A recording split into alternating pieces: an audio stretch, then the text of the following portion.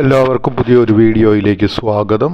Page number 149 നമ്മൾ എടുത്തു കഴിഞ്ഞാൽ കാണാം, ഒരു കുട്ടി ഒരു കമ്പ്യൂട്ടറിൻ്റെ മുമ്പിൽ ഈ ജീവജാലങ്ങളുടെ വർഗീകരണത്തിൻ്റെ ഒരു ടേബിൾ എടുത്തു വെച്ചുകൊണ്ട് ഒരു സംശയം ചോദിക്കുന്നതായിട്ട് കാണാം.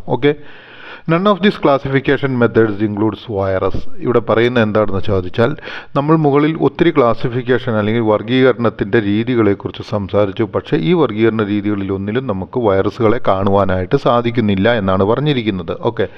എന്താണ് എന്നുള്ളത് ഒരു അതിശയോക്തിയോട് കൂടി ആ കുട്ടി ചിന്തിക്കുന്നതായിട്ട് ചോദിക്കുകയാണ്. എന്നിട്ട് തുടർന്നുള്ള ഇതിലേക്ക് നമ്മൾ നോക്കിക്കഴിഞ്ഞാൽ, you have noticed that the doubt of the child.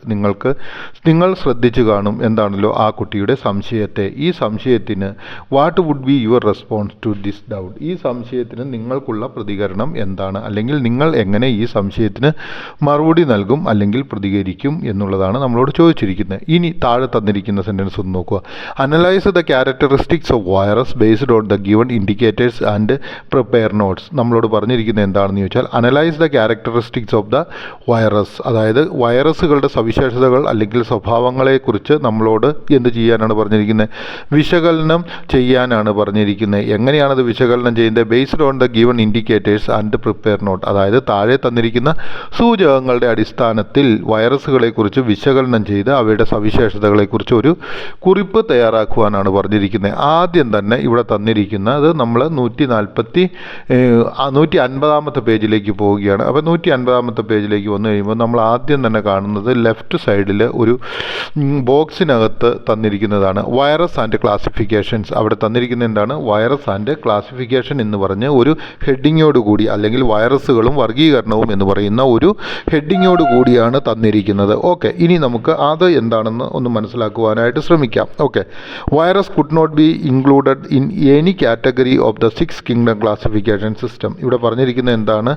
നമുക്ക് 6 കിങ്ഡം വർഗീകരണത്തിൻ്റെ രീതിയാണ് നമ്മൾ പഠിച്ചിരിക്കുന്നത്. അത്തരത്തിൽ ഈ 6 കിങ്ഡത്തിൽ എവിടെയും നമുക്ക് വൈറസുകളെ ഉൾക്കൊള്ളിക്കുവാൻ കഴിഞ്ഞിട്ടില്ലാത്തവയാണ് എന്ത്? വൈറസുകൾ എന്ന് പറയുന്നത്. അപ്പോൾ വൈറസുകളെ ഈ 6 കിങ്ഡം ക്ലാസിഫിക്കേഷൻ നമ്മളുടെ ഈ പാഠത്തിൻ്റെ ഏറ്റവും ആദ്യം തന്നെ നമ്മൾ കാണുന്നുണ്ടല്ലോ, ആ 6 കിങ്ഡം ക്ലാസിഫിക്കേഷനിൽ വൈറസുകളെ എവിടെയും ഉൾക്കൊള്ളിക്കുവാനായിട്ട് കഴിഞ്ഞിട്ടില്ല. ഹൗവർ, എന്നിരുന്നാലും considering their structure, mode of division, genes etcetera, virologist and taxonomists have classified virus into families, genes and species which are meant only for them. ഇവിടെ എന്താണ് നമ്മളോട് വച്ചിരിക്കുന്നത്?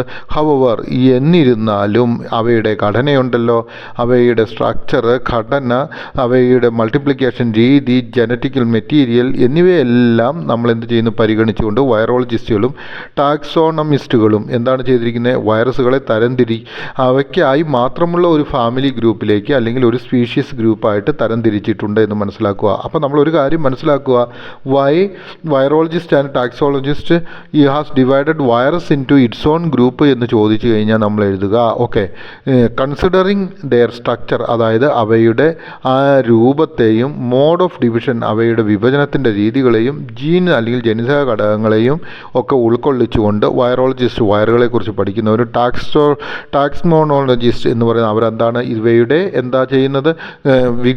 ഇവയെ വർഗീകരിക്കുന്ന ആ ശാസ്ത്രജ്ഞന്മാരും has classified virus into families, genes and species which are meant only for them. അവയ്ക്ക് മാത്രമായിട്ടുള്ള ഒരു ഗ്രൂപ്പിലേക്ക് അവയെ ഒതുക്കിയിരിക്കുകയാണ്. This classification of virus help scientist to study their nature, evolution, development etcetera. ഇങ്ങനെ തരംതിരിച്ചിരിക്കുന്നത് കൊണ്ട്, ഈ വൈറസിൻ്റെ ഗ്രൂപ്പ് മാത്രമായിട്ട് തരംതിരിച്ചിരിക്കുന്നത് കൊണ്ട് എന്ത് ചെയ്യുന്നു? ഹെൽപ്പ് ദ സയൻറ്റിസ്റ്റ്, അത് ശാസ്ത്രജ്ഞന്മാരെ സഹായിക്കുന്നു. ടു സ്റ്റഡി ദെയർ നേച്ചർ, അവയുടെ സ്വഭാവത്തെക്കുറിച്ച് പഠിക്കുവാനായിട്ട് സാധിക്കുന്നു. അവയുടെ എവല്യൂഷൻ അല്ലെങ്കിൽ പരിണാമത്തെക്കുറിച്ച് പഠിക്കുവാനായിട്ട് സാധിക്കുന്നു. അവയുടെ ഡെവലപ്മെൻറ്റ്, വളർച്ചയെക്കുറിച്ച് പഠിക്കുവാനായിട്ട് സാധിക്കുന്നു. And develop methods to compact virus disease. ഇങ്ങനെ പഠിക്കുന്നത് നിമിഷം എന്ത് പറ്റുന്നുണ്ട്? വൈറസ് മൂലം ഉണ്ടാകുന്ന രോഗങ്ങളെക്കുറിച്ചും പഠിക്കുവാനായിട്ട് സാധിക്കുന്നു.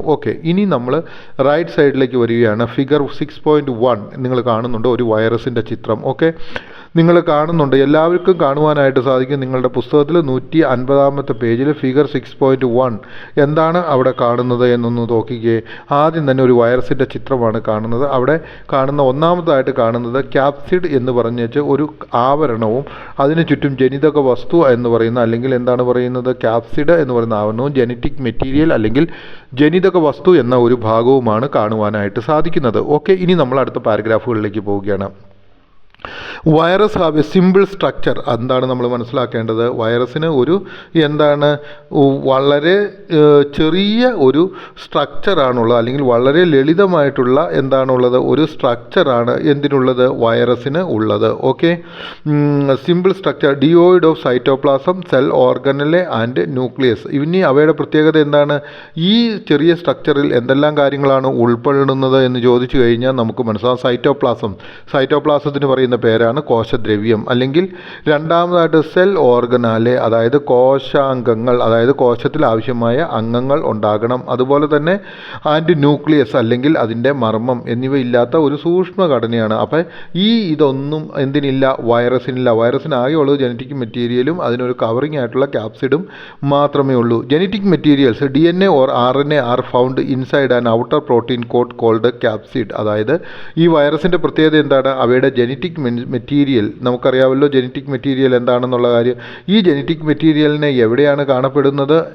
ഈ ജനിതക വസ്തുക്കളെ കാണപ്പെടുന്നത് ഒരു കോട്ട് ഉണ്ട്. അതിൻ്റെ പുറമേ ഉള്ള ഒരു ബാഹ്യമായ ഒരു കോട്ടുണ്ട്. ആ കോട്ടിന് പറയുന്ന പേരാണ്, അല്ലെങ്കിൽ ഒരു കവറിംഗ് ഉണ്ട്, ആ കവറിന് പറയുന്ന പേരാണ് ക്യാപ്സിഡ്. അപ്പം ഈ ക്യാപ്സിഡിൻ്റെ അകത്താണ് എന്ത് കാണുന്നത്? വൈറസിൻ്റെ ജനിതക വസ്തുക്കളായ DNA അല്ലെങ്കിൽ RNA നമുക്ക് കാണുവാനായിട്ട് സാധിക്കുകയുള്ളൂ. ഓക്കെ, ഇനി they infect wide variety of organs. ഇനി ഈ വൈറസിൻ്റെ വേറൊരു പ്രത്യേകത എന്താണെന്ന് ചോദിച്ചാൽ, വൈറസ് എന്ത് ചെയ്യുന്നു? സസ്യങ്ങളെയും ജന്തുക്കളെയും അടക്കമുള്ള വൈവിധ്യമാർന്ന ജീവജാലങ്ങൾ, അതായത് ഈ ഭൂമിയിലുള്ള വൈവിധ്യമാർന്നിരിക്കുന്ന എല്ലാ ജീവജാലങ്ങളെയും, ഏതെല്ലാമാണ്? ഓർഗാനിസംസ് ഇൻക്ലൂഡിങ് പ്ലാന്റ്, അതായത് മരങ്ങളെയും അല്ലെങ്കിൽ വൃക്ഷങ്ങളെയും, അനിമൽസ് ജീവജാലങ്ങളെയും, ബാക്ടീരിയയും അതുപോലെ തന്നെ ആർക്കിയെ. അപ്പോൾ എല്ലാ ജീവജാലങ്ങളെയും വൈറസ് അഫക്റ്റ് ചെയ്യുന്നു. വൈറസിൻ്റെ ഒരു പ്രത്യേകത എന്താണെന്ന് ചോദിച്ചാൽ, അവയ്ക്ക് കോശദ്രവ്യമുണ്ടെങ്കിലും അവ വളരെ ലളിതമായ ഒരു ജീവിയാണ്. Okay, organisms having the ability to reproduce, respond to the environment, to grow and do metabolic activities are included in the process of classification. ഇവിടെ വർഗീകരണത്തിൽ ഏതെല്ലാം ഓർഗാനിസത്തെ അല്ലെങ്കിൽ ഏതെല്ലാം ജീവജാലങ്ങളെയാണ് ഉൾപ്പെടുത്തിയിരിക്കുന്നത് എന്നാണ് പറഞ്ഞിരിക്കുന്നത്. Okay, organisms having the ability to reproduce, അതായത് ഓർഗാനിസത്തിന് എന്താണ്? പ്രത്യുൽപാദനം നടത്തുവാനുള്ള കഴിവുള്ളവയും, അതുപോലെ തന്നെ റെസ്പോണ്ട് ടു എൻവയോൺമെൻറ്റ് എന്ന് വെച്ച് കഴിഞ്ഞാൽ എന്താണ്? പരിസ്ഥിതികളോട്, അവ ജീവിക്കുന്ന പരിസ്ഥിതിയോട് പ്രതിചരിക്കുവാനും, അതുപോലെ തന്നെ എന്താണ്?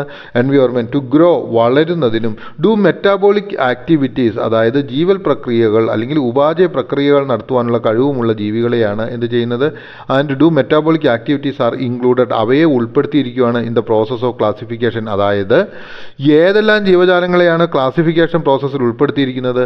ഓർഗാനിസംസ്, അതായത് ജീവജാലങ്ങൾ ഏതിനെല്ലാമാണോ കഴിവുള്ളത്, എബിലിറ്റി ടു റീപ്രൊഡ്യൂസ്, അവയ്ക്ക് പ്രത്യുൽപാദനം നടത്തുവാനും, റെസ്പോണ്ട് ടു എൻവയോൺമെൻറ്റ്, അതായത് പരിസ്ഥിതിയോട് പ്രതികരിക്കുവാനും, ടു ഗ്രോ, വളരുവാനും, ആൻഡ് ഡു മെറ്റാബോളിക്, അതായത് ജീവൽ പ്രക്രിയകൾ അല്ലെങ്കിൽ ഉപചായ പ്രവർത്തികൾ നടത്തുവാനും കഴിവുള്ള ജീവജാലങ്ങളെയാണ് എന്തിനാണ് ഈ ക്ലാസിഫിക്കേഷൻ മെത്തേഡിൽ ഉൾപ്പെടുത്തിയിരിക്കുന്നത്. Virus cannot multiply without the help of a host cell. അതായത് നമ്മളെപ്പോഴും മനസ്സിലാക്കുക, വൈറസ് എന്ന് പറയുന്ന ജീവിക്ക് ഒരിക്കലും സ്വന്തമായിട്ട് അവയെ റീപ്രൊഡ്യൂസ് ചെയ്യുവാനോ മൾട്ടിപ്ലൈ ചെയ്യുവാനോ ഇരട്ടിയാകുവാനോ അല്ലെങ്കിൽ എന്താണ് ആ വൈറസുകൾക്ക് ഒരിക്കലും എന്ത് ചെയ്യുവാൻ പെരുകുവാൻ ആവുകയില്ല. മൾട്ടിപ്ലൈ എന്ന് വെച്ച് കഴിഞ്ഞാൽ പെരുകുക എന്ന് പറയും. അപ്പോൾ വൈറസിന് പെരുകുവാനാവില്ല എന്തില്ലെങ്കിൽ without the help of a host cell, അതായത് മറ്റൊരു ആതിഥേയ സെൽ അല്ലെങ്കിൽ ഒരു കോശത്തിൻ്റെ സഹായമില്ലാതെ. അതായത് വൈറസ് എപ്പോഴാണ് പെരുകുന്നത് എന്ന് ചോദിച്ചാൽ മറ്റൊരു ജീവിയുടെ കോശത്തിനകത്ത് ചെന്ന് കഴിയുമ്പോൾ മാത്രമാണ് വൈറസിന് വളരുവാൻ അല്ലെങ്കിൽ പെരുകുവാൻ സാധിക്കുകയുള്ളൂ. അങ്ങനെ ഒരു കോശത്തിൻ്റെ സഹായമില്ലെങ്കിൽ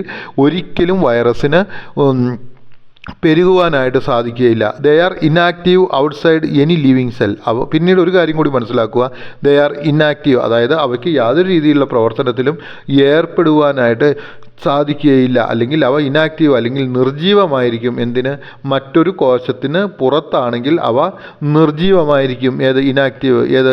any outside any living cell. അതായത് ജീവിക്കുന്ന ജീവനുള്ള ഒരു കോശത്തിന് പുറത്താണെങ്കിൽ ആ വൈറസിന് ഒരിക്കലും എന്ത് ചെയ്യുവാനായിട്ട് സാധിക്കില്ല? ഒരു പ്രവർത്തനത്തിൽ ഏർപ്പെടുവാനും സാധിക്കില്ല. Due to this unique characteristics, ഇത്തരത്തിലുള്ള ഒരു യൂണീക്ക് ക്യാരക്ടറിസ്റ്റിക്സ് എന്താണ്? They are not included in any category of the current 6 kingdom classification. ഇത്തരത്തിലുള്ള ഈ സവിശേഷ സ്വഭാവ ഗുണം ഉള്ളതുകൊണ്ടാണ് വൈറസിന് ഈ 6 കിങ്ഡം വർഗീകരണത്തിൽ ഇതുവരെ ഉൾപ്പെടുത്താത്തത് എന്നുള്ളതാണ് നമ്മൾ മനസ്സിലാക്കേണ്ടത്. അപ്പോൾ എന്തുകൊണ്ടാണ് ഈ വൈറസിനെ 6 കിങ്ഡം വർഗീകരണത്തിൽ ഉൾപ്പെടുത്തിയിട്ടില്ല എന്ന് ചോദിച്ചാൽ നമ്മൾ മനസ്സിലാക്കുക, ഈ വർഗീകരണത്തിൽ ഉൾപ്പെടുത്തേണ്ടതായ ജീവജാലങ്ങൾക്ക് ചില പ്രത്യേകതകൾ ഉണ്ടായിരിക്കണം. ഒന്നാമതായിട്ട് അവയ്ക്ക് വേണ്ട എന്താണെന്ന് ചോദിച്ചു കഴിഞ്ഞാൽ അവ റീപ്രൊഡ്യൂസ് ചെയ്യുന്നവയായിരിക്കണം, അവ റെസ്പോണ്ട് ചെയ്യണം എന്തിനോട്? എൻവയോട്, പരിസ്ഥിതിയോട്. അവ വളരുന്നവയായിരിക്കണം, ഡു മെറ്റാബോളിക് ആക്ടിവിറ്റി, ജീവൽ പ്രക്രിയകൾ അല്ലെങ്കിൽ ഉപജയ പ്രവർത്തനങ്ങളിൽ ഏർപ്പെടുത്തിയിരിക്കണം. അപ്പോൾ ഈ കാര്യങ്ങൾ ഒന്നും നടത്തുന്നില്ല. അതുപോലെ തന്നെ ഈ വൈറസുകൾ എന്ന് പറയുന്ന ജീവജാലങ്ങൾക്ക് ഒരു കോശത്തിന് പുറത്താണെങ്കിൽ അവ നിർജീവമാണ്, അവയ്ക്ക് യാതൊരുവിധ പ്രവർത്തനങ്ങളും നടത്തുവാൻ സാധിക്കുകയില്ല. ഇത്തരത്തിലുള്ള സവിശേഷമായ സ്വഭാവങ്ങൾ ഉള്ളതുകൊണ്ടാണ് ഒരു വൈറസിനെ ഈ 6 കിങ്ഡം ക്ലാസിഫിക്കേഷൻ അല്ലെങ്കിൽ 6 കിങ്ഡം വർഗീകരണത്തിൽ ഉൾപ്പെടുത്താതിരിക്കുന്നത്. എനിക്ക് തോന്നുന്നു ഈ ഭാഗം നിങ്ങൾക്ക് മനസ്സിലായെന്ന്. ഇനി നമുക്ക് അടുത്ത ഭാഗത്തേക്ക് പോകാം.